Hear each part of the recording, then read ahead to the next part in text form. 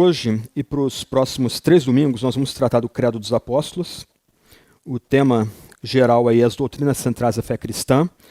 Então o que eu quero é usar esse documento bem antigo como um tipo de gabarito para a gente tentar entender quais são aqueles ensinos que distinguem o cristianismo de qualquer outra religião. Ou, se você quiser colocar de outra forma, quais são aqueles ensinos que uma pessoa tem que aderir para de fato ser cristã. Eu vou presumir aqui que vocês já conhecem o credo, mas, por exemplo, é possível uma pessoa ser cristã e não crer na ressurreição de Cristo e não ter a esperança da ressurreição do corpo e da vida eterna? É possível uma pessoa ser cristã e, por exemplo, não crer no nascimento virginal de Jesus Cristo? É possível uma pessoa ser cristã e não crer que Deus é todo-poderoso? E o credo diz 2 vezes que Deus o Pai é todo-poderoso? Então, de certa forma, nós vamos tentar usar esse documento, chamado Credo dos Apóstolos, como um tipo de gabarito para analisar a nossa fé, mas também pensar criticamente sobre quais são aqueles elementos mais básicos que uma pessoa tem que aderir para ser reconhecida como cristã.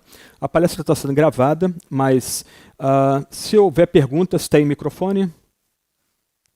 Tem. Ok? Então você faz o sinal e vão passar a vocês o microfone.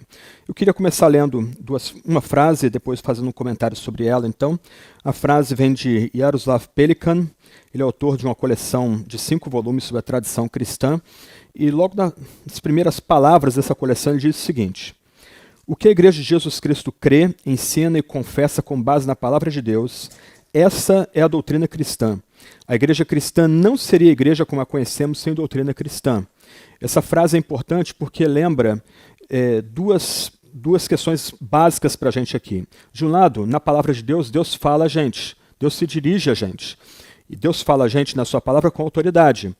Do outro lado, quando Deus fala a nós da sua palavra, ele exige uma resposta. E a resposta da igreja o credo é confessar de forma clara, de forma lógica, de forma fundamentada na Bíblia, o que a gente crê e confessa. Então isso é a doutrina cristã. O Credo dos Apóstolos, então, que nada mais é do que um sumário da doutrina cristã, ele apresenta para a gente o ensino bíblico, ortodoxo, consensual, como diz Vicente de Lérins, um escritor antigo, que foi crido em todo lugar, em todo o tempo e por todos os cristãos. De certa forma, então, se a gente pensar numa casa, o credo é a sala onde nós recebemos as visitas. O credo nos dá, então, aqueles ensinos básicos, essenciais que uma pessoa precisa aderir se ela quer ser de fato cristã. Se ela vai ser depois batista, presbiteriana, assembleana, esses são os vários cômodos da casa, as várias portas que você tem na casa. Então o credo não propõe entrar em pontos doutrinários ligados às divisões denominacionais. O que o credo oferece para a gente é esse ensino que foi crido em todo lugar, em todo o tempo e por todos os cristãos. E o credo diz o seguinte: creio em Deus, o Pai Todo-Poderoso, Criador do céu e da terra, e em Jesus Cristo, seu único Filho, nosso Senhor, que foi concebido pelo poder do Espírito Santo, nasceu da Virgem Maria, padeceu sob Pôncio Pilatos, foi crucificado, morto e sepultado, desceu à mansão dos mortos, ressuscitou ao 3º dia, subiu aos céus, está sentado à direita de Deus Pai Todo-Poderoso, de onde há de vir a julgar os vivos e os mortos.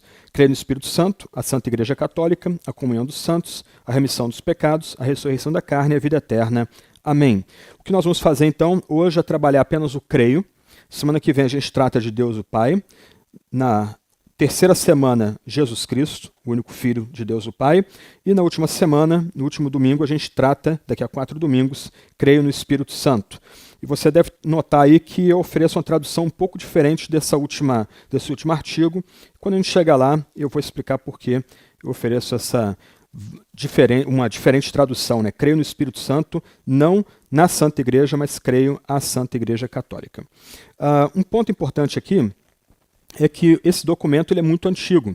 Já no século III, no século IV, a gente já descobre vários dos escritores antigos, que são chamados aí de pais da igreja, oferecendo algum tipo de definição de fé, o que eles chamavam aí de regra de fé ou tradição, bem parecida com o Credo dos Apóstolos. Geralmente um padrão trino, quer dizer, um artigo falando de Deus o Pai, outro artigo falando de Deus o Filho, mais um terceiro artigo falando de Deus o Espírito Santo, faltando uma ou outra frase ou com um ou outro acréscimo que não há no Credo dos Apóstolos.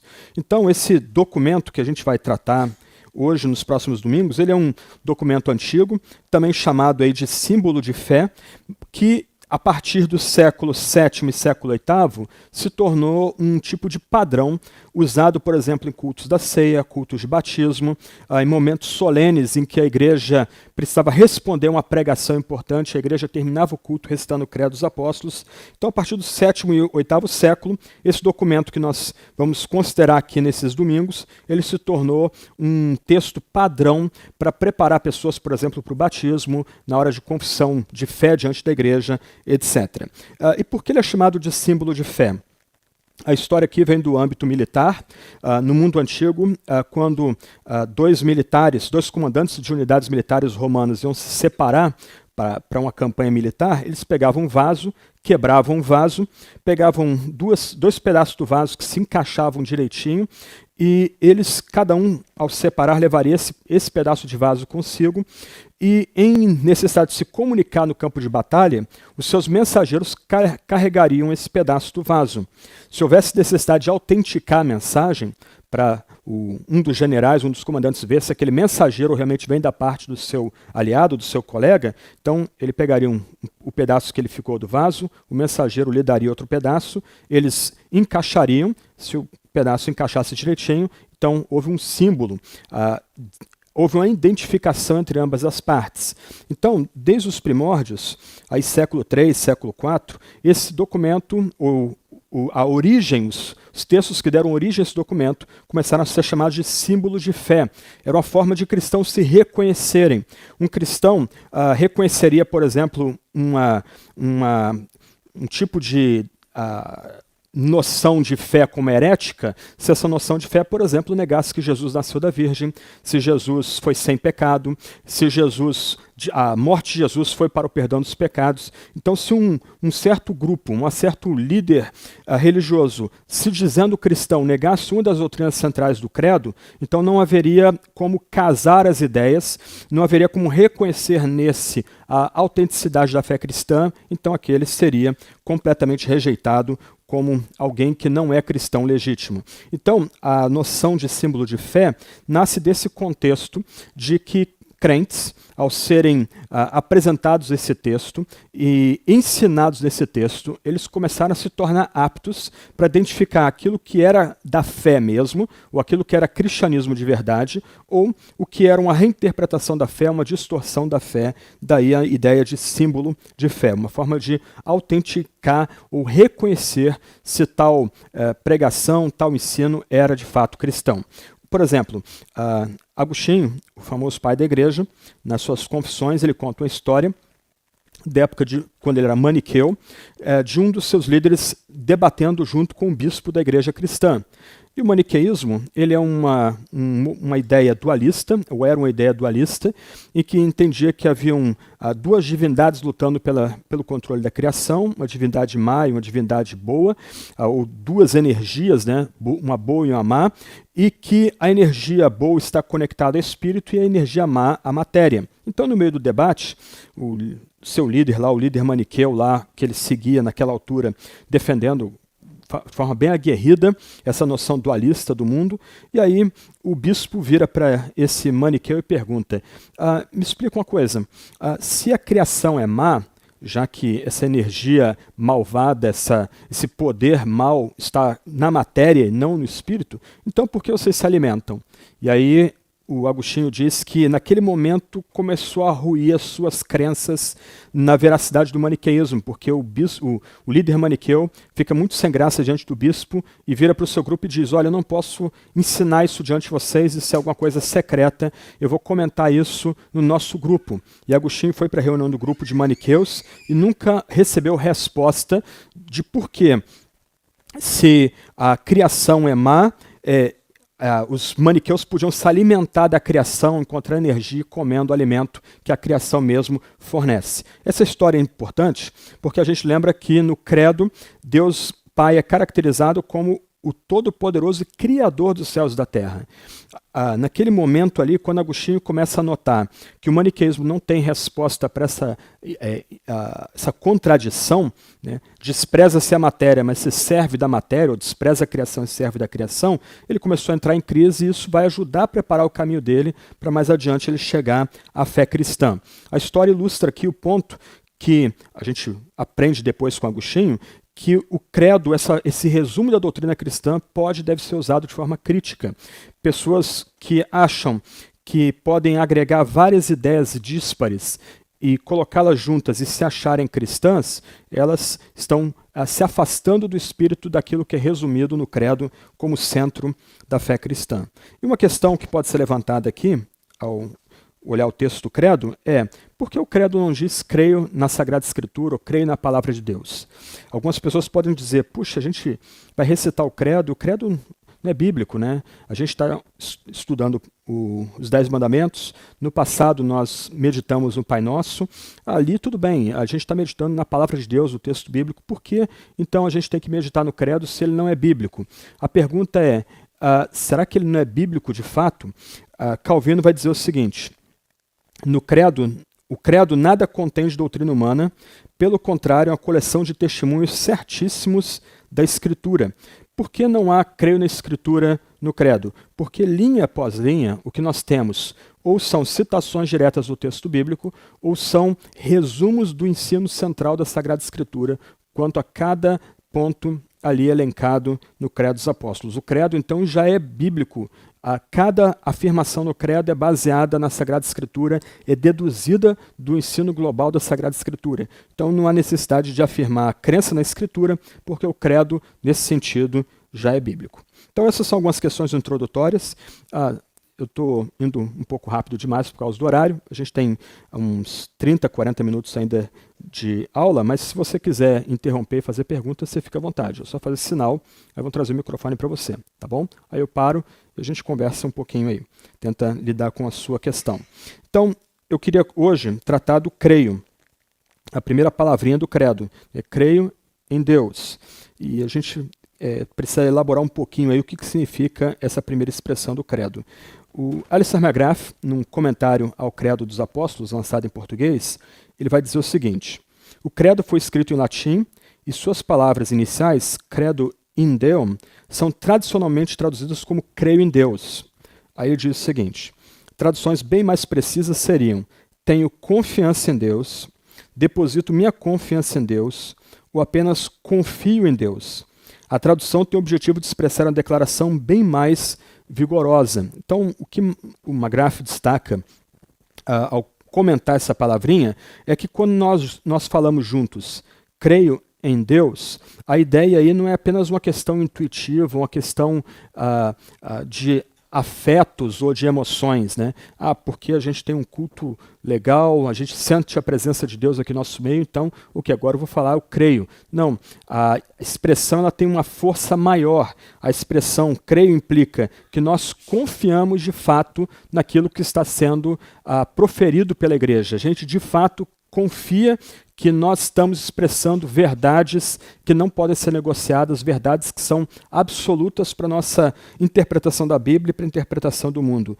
Eu creio implica, então, um compromisso, né? Eu não só confio que é verdadeiro aquilo que eu estou confessando com meus irmãos e irmãs, mas eu estou compromissado também com aquilo que é confessado publicamente. E, finalmente, pensando em Romanos 6, nós obedecemos, nós nos colocamos debaixo da autoridade dessa confissão que a igreja faz, creio em Deus. Então, as palavras introdutórias do nosso credo, elas são solenes, elas são muito sérias. Elas não são algo que a gente possa fazer sem atenção, ou de forma descuidada, ou simplesmente seguindo a maioria das pessoas dentro da igreja que estão repetindo as mesmas palavras.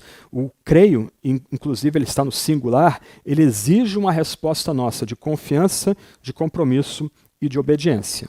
Ok? Alguma questão? Sim.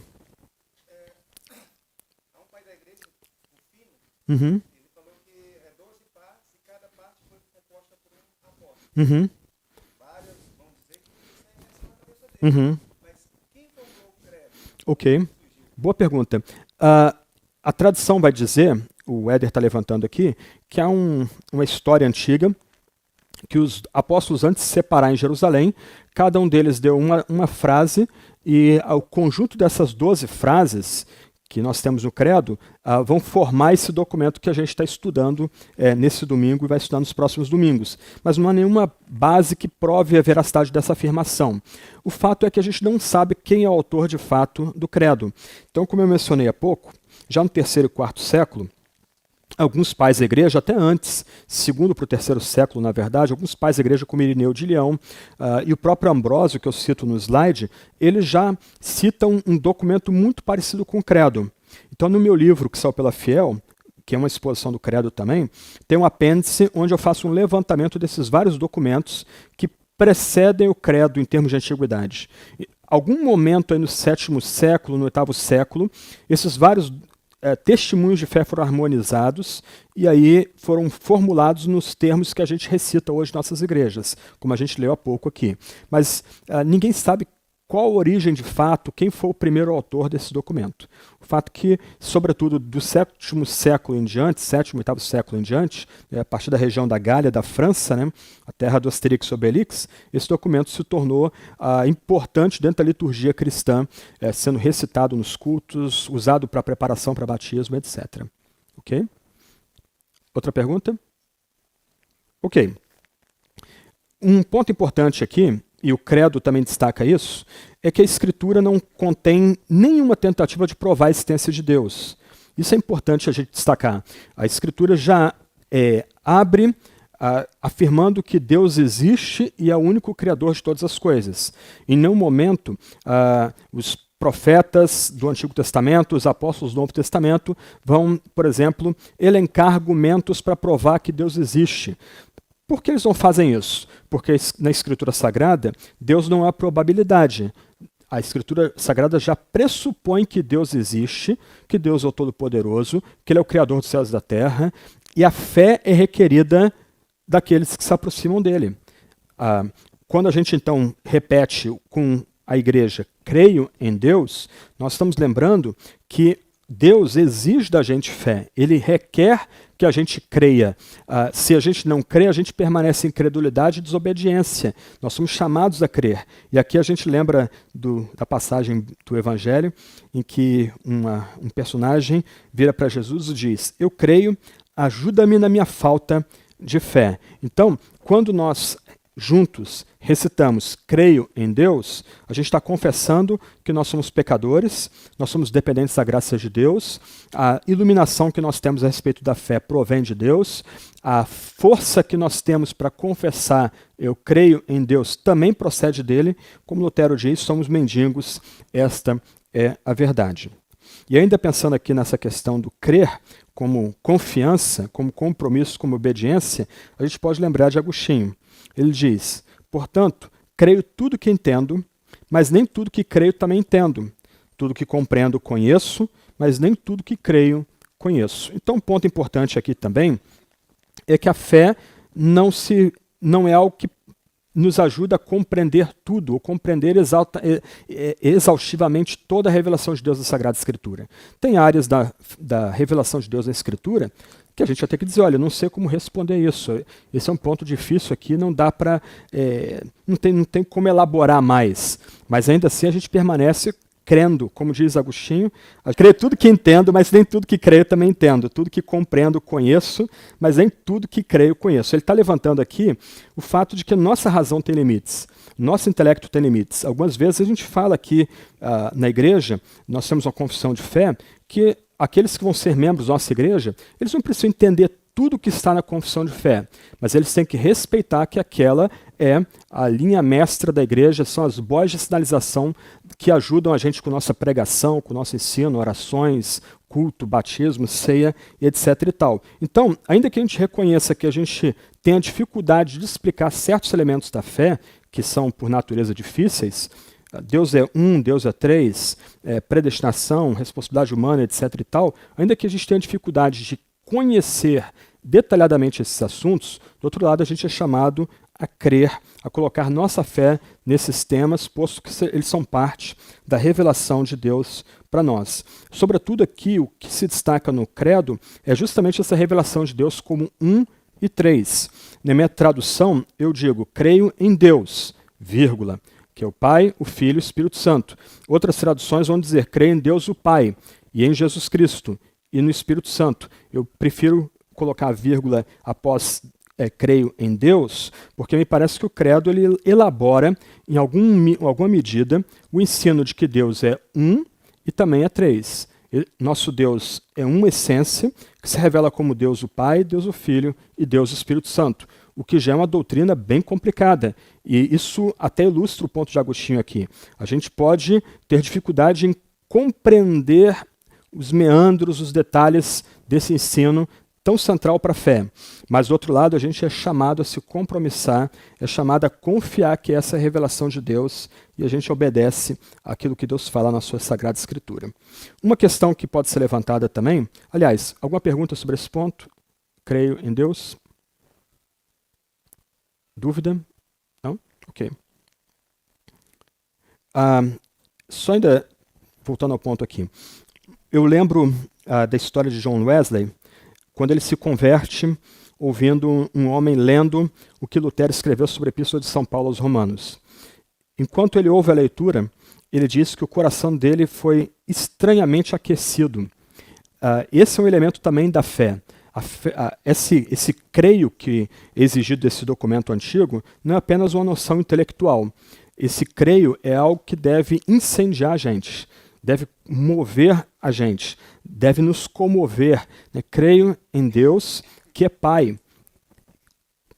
Como isso modifica a nossa vida? Como isso guia aquilo que nós somos? Aliás, como isso guia a nossa própria oração? Nós não oramos para um olho arregalado no canto do universo. A gente está orando para um Deus que se revela também como nosso Pai Celestial. Então, quando a gente diz, eu creio em Deus, esse crer deve também comover a gente, deve mover a gente, deve tocar o que nós somos da forma mais interior possível. E por que confessar a fé? Alguém pode levantar essa pergunta. Eu vim de um contexto em que se dizia nem um credo, só a Bíblia.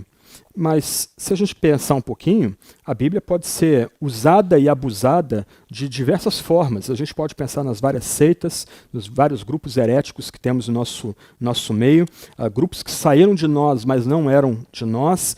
Então, para que confessar a fé? Há uma base bíblica para nós confessarmos a fé. Eu coloco aí um sumário rápido do que o Novo Testamento trata sobre a confissão de fé. Vocês vão receber o PowerPoint depois, vocês podem olhar os textos bíblicos aí. Mas alguns pontos aqui. No Antigo Testamento, nós encontramos Deus exigindo do seu povo confessar a fé. E eles vão confessar contra o contexto fortemente pagão que Deus é uno e Deus, o Senhor, é completamente singular em seus feitos poderosos. Então você pode depois com calma olhar esses textos bíblicos aí, os filhos de Israel confessando que Deus é um. Ouve Israel, o Senhor nosso Deus, é o único Deus. Enquanto para as nações ao seu redor, filisteus, amorreus e outros, importa ter o máximo de divindades possíveis para abençoar a nação. E até mesmo para alguns em Israel, é possível crer em Yahvé, mas é possível ter alguma relação com os deuses aqui da terra, Baal, Astarote, o Astarte, etc. O povo de Deus é instado a confessar a um único Deus.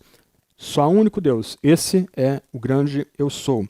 Há numerosos salmos também que vão enfatizar a ação de graças diante da fidelidade desse Deus, como também o povo de Deus é instado a proclamar a bondade do Senhor. Então nós temos aí salmos que são usados como confissões de fé. Nós adoramos a Deus porque Ele é bom, nós adoramos a Deus porque Ele derrotou os vários reis, os reis que nos afligiam. Porque Deus age, nós somos chamados a confessá-lo como o único Deus que existe em toda a terra. No Novo Testamento, as palavras confessando e confissão também são bastante mencionadas. Alguns exemplos aqui. Tito 1,16 vai mostrar que a gente começa a confessar com os lábios, mas a nossa confissão tem que ser demonstrada ativamente. envergonha o cristianismo quando alguém se diz cristão e essa pessoa é malandra, essa pessoa é mentirosa, essa pessoa defrauda outros. Então Tito vai lembrar que não basta apenas confessar com os lábios, a gente tem que confessar também em nossa vida, em nosso viver diário. Um outro ponto aqui é que Jesus vai exigir, o Novo Testamento exige que cada discípulo confesse a Jesus. Então, há um apelo para que cada um de nós, individualmente, diga que só Jesus é Senhor. Mas, do outro lado, e eu quero terminar com isso daqui a pouco, o Novo Testamento exige também que todos nós juntos, como povo de Deus, a gente confesse juntos que Jesus é Senhor. Do outro lado, então, há uma exigência para que, individualmente, cada um de nós confesse Jesus como Senhor, mas, do outro lado, essa confissão de fé é um ato comunitário. Ao confessarmos a fé, nós estamos nos unindo a todo o povo de Deus na Igreja Trindade, a todo o povo de Deus em São José dos Campos, a todo o povo de Deus em todo o canto da terra. Quer dizer, nós somos, de fato, uma comunidade internacional ao professarmos a mesma fé e a mesma ordem. Só que o Novo Testamento lembra que ainda que a gente seja chamado a confessar com coragem a fé, eventualmente a gente pode pagar o preço mais elevado. Então, já no Novo Testamento nós temos, por exemplo, Estevão sendo apedrejado por confessar a fé. O Novo Testamento, o Atos termina com Paulo preso em Roma por professar a fé. O Novo Testamento, o último texto de Paulo no Novo Testamento, 2 Timóteo, é uma despedida de Paulo, dizendo que ele guardou a fé, e a fé ali não é apenas a questão subjetiva de crer em Jesus, ele guardou essas doutrinas que ele ensinou durante toda a sua vida, ele guardou esse corpo doutrinário que a gente pode abordar por meio do Credo dos Apóstolos. Então, ainda que a gente seja chamado a confessar a fé com coragem, a gente tem que lembrar que, eventualmente, a gente talvez seja chamado a entregar a nossa vida por causa dessa fé que nós confessamos. E um outro ponto que o Novo Testamento ensina é que o cristão deve manter firme sua confissão para não se afastar da fé em meio ao sofrimento. Isso é um tema recorrente no livro de Hebreus. Algumas vezes, por não termos refletido sobre a fé com a devida seriedade, algumas vezes por a gente ter uma visão superficial da fé no meio da perseguição, o que parece ser o caso do contexto do livro de Hebreus, algumas vezes cristãos podem abjurar a fé. O autor de Hebreus vai dizer de supostos cristãos que estão crucificando Jesus novamente, estão voltando para a sua antiga vida de pecado. Por quê? Porque parece que essas pessoas não calcularam os riscos de confessar a fé. A confissão de fé deles foi descuidada, por isso eles caem na apostasia. Então, o cristão deve meditar na sua fé, ele deve conhecer a sua fé, para que quando vier o dia mau, ele esteja arraigado num firme fundamento. Eu lembro sempre de uma história de um pastor escocês que ele teve um mal-estar, um problema de coração, e ele foi socorrido em casa e colocaram na ambulância. Ele se dirigiu ali, a ambulância saiu disparada para o hospital. E ele disse que enquanto ele estava na ambulância, ele sentia a presença do diabo junto dele. E o que ele percebia ali era que ele estava sendo tentado a abjurar a fé dele. Do tipo, olha, você sempre professou a fé, e olha onde você está agora. E aí ele começa a recitar em voz alta textos bíblicos que lhe davam segurança de que mesmo que ele morresse entre a sua casa e o hospital, ele morreria em paz e morreria com Cristo. Qual é o ponto aqui que a ilustração ajuda a gente a perceber? A gente precisa refletir sobre o que nós cremos, para que no dia mau a gente tenha um escudo, uma espada. Só volta um pouquinho, por favor, Tiago. Eu coloquei um desenho aí que eu passei batido. É um cavaleiro medieval com uma espada e um escudo. Acho que é o slide... Achou aí? É o número 5. Eu acho muito legal esse quadro aí. Ficou meio claro aí, mas é um quadro muito antigo, século XI, século XII, de uma igreja inglesa. Então você tem um cavaleiro vestido com armadura, e o escudo dele é o credo. A defesa dele contra os ataques do inimigo é a sua própria confissão de fé, que ele crê no único Deus, que é Pai, Filho e Espírito Santo. Então a gente é chamado a refletir sobre a nossa fé, a internalizar nossa fé, para quando vier o dia mal, a gente tenha com que se defender, a gente está pronto a responder, seja aos homens, seja aos demônios, ao diabo, o que nós cremos a respeito de Deus. Talvez poucos momentos exijam mais fé da gente quando a gente perde o ente querido. Sobretudo, uma forma chocante, se essa pessoa morreu na fé, nós vamos ser muito consolados pelo que nós aprendemos no credo e na escritura sobre a ressurreição do corpo, sobre a vida eterna. A morte não vai dar a última palavra. Deus é que dá a última palavra, e a última palavra é que aquele que crê no Filho ressuscitará no último dia e entrará na vida eterna. Então, aí, nesses momentos críticos da nossa vida, como um luto, a gente é consolado pela fé que a gente é chamado a meditar. Então, a gente tem que aproveitar os bons tempos para internalizar a fé, para aprender mais da fé, para ampliar o nosso conhecimento da fé, para que quando vier o dia mal, a gente permaneça firme. Mudando aqui um pouquinho de assunto, ainda dentro desse tópico aí do que o Novo Testamento requer da gente em termos de fé, a expressão credo não só é uma afirmação que exige confiança, exige obediência, exige compromisso, mas também uma fórmula que está presente em vários documentos que oferece um tipo de sumário ou resumo do que o crente deve crer. Então, o credo é uma afirmação daquilo que é essencial à fé cristã, como eu disse no começo, aqueles ensinos que se espera que todos os cristãos concordem quanto a eles. Nesse sentido, o Novo Testamento também tem essas fórmulas fixas que lembram também o credo dos apóstolos. Eu também não tenho como ler aqui os textos bíblicos, eu só vou citá-los, mas no Novo Testamento nós já temos ou fragmentos ou confissões de fé presentes no Novo Testamento, e há 3 tipos de confissões de fé no Novo Testamento. Primeiro, confissões de fé todas centradas em Jesus Cristo. Um texto que a gente conhece bem é Filipenses capítulo 2, versos 5 a 11, que fala de que Cristo tinha a forma de Deus, mas não se agarrou a isso. Antes, assumiu a forma de escravo e se entregou a si mesmo à morte e cruz, para que depois ele seja ressuscitado entre os mortos e receba o nome ao qual todo joelho no céu, na terra e debaixo da terra vai se dobrar e dar glória para Deus o Pai. O que nós temos aqui é um tipo de credo centrado em Jesus Cristo. Se você notar, você tem uma estrutura de 2 estrofes. A primeira estrofe falando da humilhação do Salvador, a segunda estrofe falando da exaltação do Salvador, e as 2 estrofes em conjunto mostrando a centralidade de Cristo para a nossa piedade, para a nossa devoção, para a nossa fé. Então nós temos aí várias citações, que você pode consultar depois, de ou fragmentos ou pedaços de confissões de fé que Paulo está citando, que já são usadas na igreja, ou que ele está elaborando, centradas em Jesus Cristo. Mas há outras confissões de fé que enfatizam o Pai e o Filho. E essas confissões colocam o Pai e o Filho em igualdade.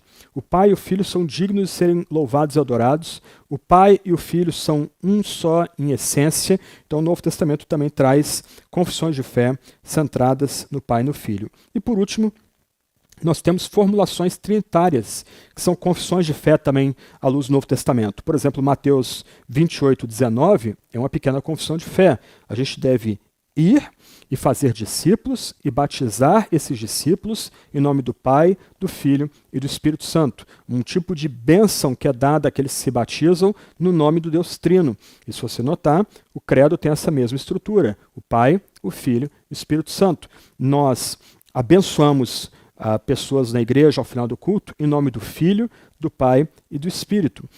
Judas lembra que a gente ora no Espírito, ao Filho e ao Pai. Qual a ideia aqui? A ideia é que essas formulações trinitarianas, elas destacam a plena igualdade entre o Pai, o Filho e o Espírito. Isso se vê pela forma como a ordem dos nomes da deidade são invertidos nessas diversas fórmulas. Então, a fórmula batismal começa com o Pai, depois o Filho, depois o Espírito. A bênção começa com o Filho e depois segue ao Pai e termina com o Espírito. Em Judas, ora-se no Espírito, ao Filho e ao Pai. O fato dos autores inspirados não verem a necessidade de colocar cada nome de Deus numa ordem lógica, lembra que o Pai e o Filho e o Espírito, eles têm igualdade, eles têm eternidade, eles são o único Deus que existe. Então, isso é que a gente pode pensar aí à luz do Novo Testamento. O que o Novo Testamento fala da necessidade de nós confessarmos nossa fé e, como a gente vai ver no final, confessarmos juntos a fé. Cada um de nós é chamado a se compromissar com a fé, mas no final nós não cremos sozinhos, nós cremos junto com a comunidade. Perguntas? Tem mais uma coisa para tratar? Edilson.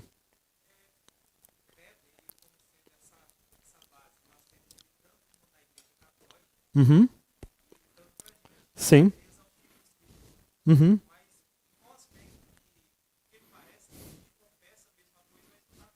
Uhum, uhum, uhum. Sim, o risco aí é quando pessoas. Hã? Ah, sim. Obrigado. O Edilson está levantando o seguinte: católicos recitam credo, protestantes recitam credo, mas aparentemente eles creem em coisas distintas. A gente pode pensar, Edilson, num edifício de 3 andares. Então, no primeiro andar, que é o andar mais importante, há um fundamento que é comum à mais ampla gama de cristãos. Protestantes, católicos e os ortodoxos lá de Grécia e Turquia e o resto da Ásia, Rússia. Né? Então, de uma certa medida, todos esses grupos, pentecostais inclusive, eles concordam com essa base. Okay? Há um segundo nível que vem com a reforma protestante. O que distingue a gente de ortodoxos e católicos? Porque na reforma, os nossos pais espirituais, eles descobriram o princípio da justificação pela graça, sola gratia, somente a graça, somente a fé, somente Cristo. Isso é que distingue o protestantismo do catolicismo e da ortodoxia. O terceiro nível, o andar menos importante, e é geralmente o andar que nós, evangélicos, mais brigamos, são aquelas questões que distinguem uma denominação da outra. Ceia, batismo, o governo de igreja. Então, são questões ligadas à denominação, organização da igreja local. O que acontece? Num nível básico, aqui embaixo, a sala de estar da casa, nós estamos de acordo. Só que quando chega ao segundo nível, então protestantes vão entrar em desacordo com os católicos, católicos vão estar em desacordo com os ortodoxos, ortodoxos vão estar em desacordo com o protestantismo.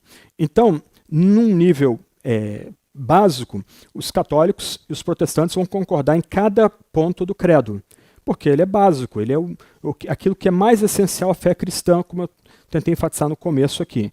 Eles vão se distinguir nas questões que são mais particulares a cada grupo. Então, por exemplo, salvação. Nós entendemos que a salvação é um ato seguido de um processo. A Igreja Católica vai entender que a salvação é um longo processo, começa com o batismo de infantes, passa pela confirmação e vai chegando até a extrema-unção. Então, nesse ponto aí, uma distinção há um corte abrupto entre protestantes e católicos. Nós entendemos que uma pessoa, quando crê, ela já é justificada, ela já é totalmente perdoada. E por causa disso, agora ela vai perseguir a santificação como processo durante toda a vida. Então, no segundo andar, que a gente começa a se dividir. Por isso que, mais uma vez, a imagem não é minha, né? A imagem vem de C.S. Lewis, no seu livro Cristianismo Puro e Simples, que é um tipo de comentário do credo. O credo é a sala de estar do cristianismo. Aí você tem as vários cômodos da casa, e aí fica a seu critério entrar no cômodo que você entender que é mais bíblico ou está mais próximo da Sagrada Escritura. Uhum.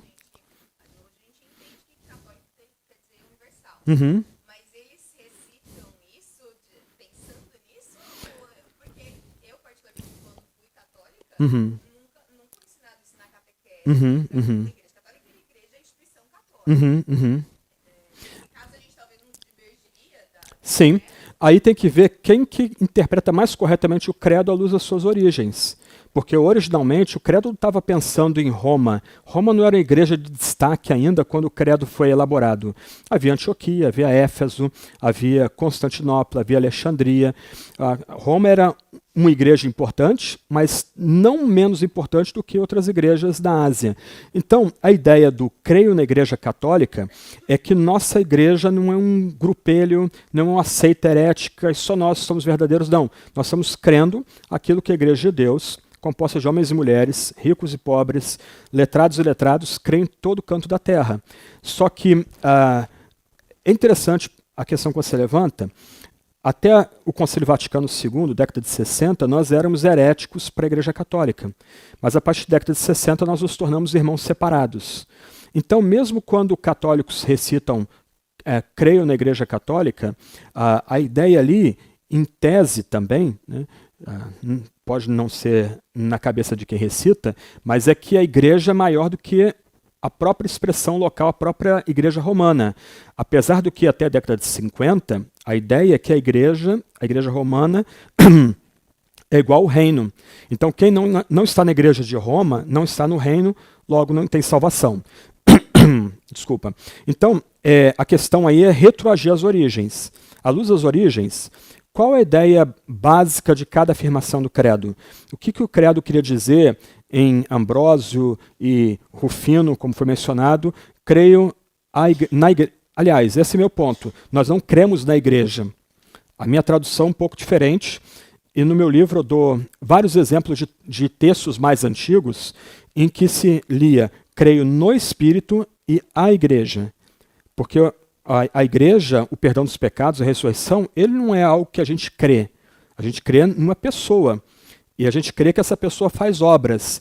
Então, o meu argumento aqui, ao dividir o credo em 3 blocos principais, creio no Pai, no Filho, no Espírito, é que nós cremos num ser, que é Pai, Filho e Espírito, e que cada pessoa faz suas obras próprias. Cada pessoa desempenha suas obras da história. E aí o Espírito é ele que constitui a igreja, que é católica, espalhada em todo canto da terra. E aí de nós se a gente crê em algo diferente. A gente retroage a uma seita, uma heresia. Todos estão errados, nós estamos certos, nós somos a última linha de defesa da fé cristã. Isso é o tipo de argumento que está na base de quase todo grupo herético, quase toda seita. Ok?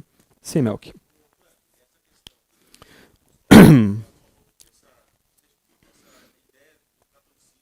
Uhum.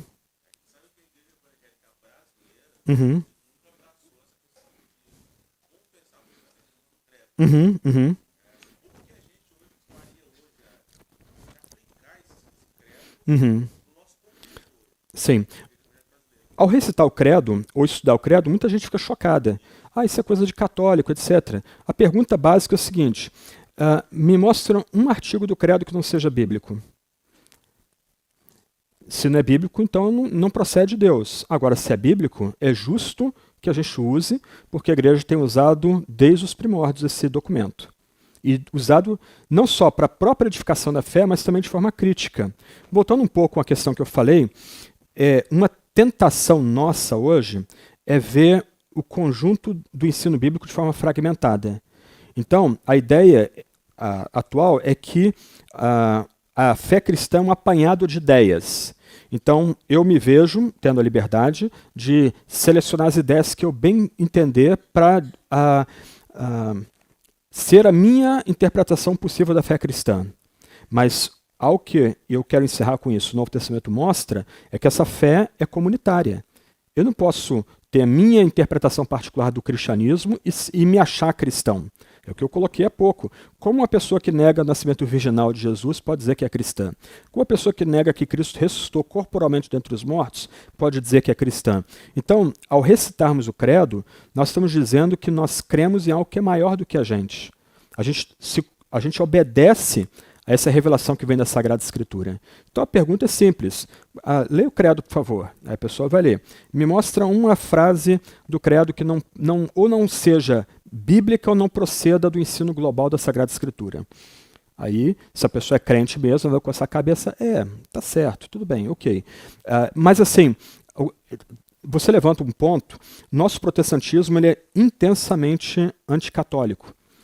E esse é um problema nosso, porque ao sermos anticatólicos, nós vamos assumir posturas até mesmo sectárias para tentar rejeitar a nossa tradição, nossa herança católica. Nossa herança comum, o primeiro andar do edifício. Nós dependemos de uma tradução muito antiga para falar da Trindade.